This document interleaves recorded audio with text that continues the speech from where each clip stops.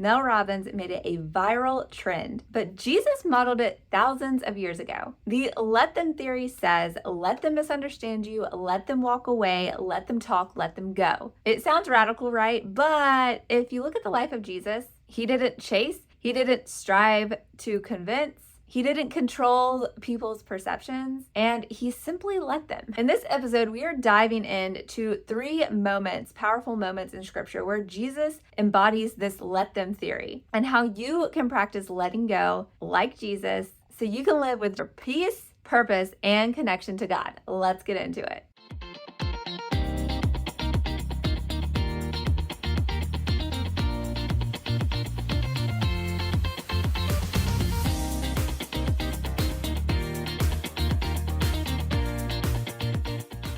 Hey everyone, welcome back to the Thought Vault Podcast. I'm your host, Emily. I'm a certified Christian life and business coach. I'm so happy you're here. Make sure to hit the subscribe button and the bell for notification if you're watching this on YouTube. And make sure that you are connected to us because we talk all things relatable life, faith, entrepreneurship, and anything in between. I'm so happy that you're here. So today we're unpacking something that hits deep because we all have egos. And especially if you've ever been consumed with people pleasing, over-explaining, or over-analyzing, or over functioning for others. Yeah, I think we've all been guilty. I see you, I've been you, and Jesus shows us another way. So let's get into this. And if you're tired of carrying the weight of everyone else's expectations, this episode is for you. We have wrapped spiritual language around control. We say we're being faithful stewards, peacemakers, or patient, waiting on God's timing. But sometimes what we're really doing is grasping tightly to the people, the relationships, and the outcomes that we were never meant to carry.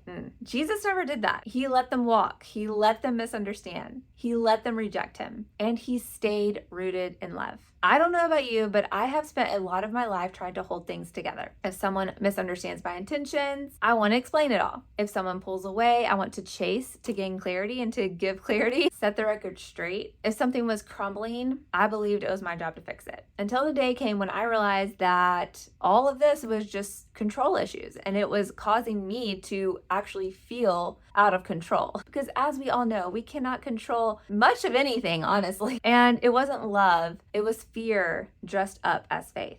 In John 6, after feeding thousands of people with fish and speaking a lot of hard truth, it was hard for the people to digest. And Jesus watched as the crowd just walked away when he was done. Not because he failed, not because he stopped loving them, but because they didn't want the kind of kingdom he was building. And he didn't run after them. He didn't say, wait, let me rephrase that. Let me soften that. Let me go back and make my point better so you can clearly understand me better. He just let them leave. And then he turned to his 12 and he said, do you want to go away as well? There was no desperation in his voice, no fear of abandonment, just truth, love, and holy detachment. That's a word. Holy detachment. Because Jesus never manipulated to be understood. In Luke 4, Jesus reads from the scrolls in the synagogue, declaring the prophecy fulfilled. At first, they marvel, but when he challenges their assumptions about them being the favored, they turn bad, from celebration to fury, from admiration to attempted murder. And what does Jesus do?